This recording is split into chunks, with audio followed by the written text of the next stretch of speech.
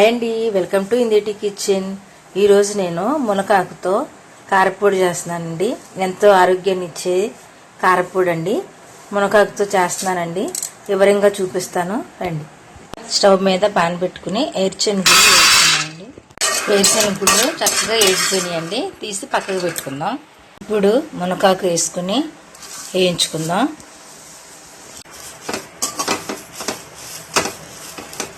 మునకాకుని పొడి పొడిగా వేయించుకుని పక్కన పెట్టుకుందాం. సరిపడా ఆయిల్ పోసుకుని ఇప్పుడు కదండి చింతపండు, ధనియాలు, జీలకర్ర, ఎల్లుల్లిపాయ, కరివేపాకు వేసుకుని వేయించుకుందాం.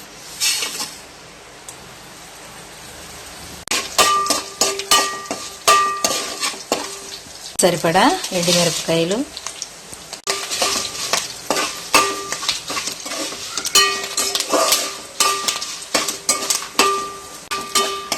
ఇలా వీటిని వేయించుకుని చల్లారి పెట్టుకుందాం.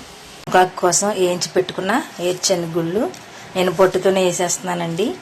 వేయించి పెట్టుకున్న మునగాకు, ఎండుమిర్చి, ధనియాలు, జీలకర్ర అన్నమాట.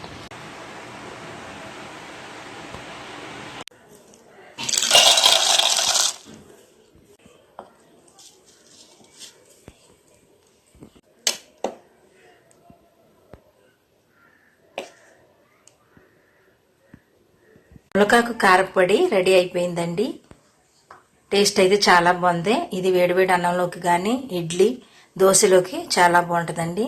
Thank you for watching. మరిన్ని వీడియోస్ కోసం కామెంట్ చేయండి.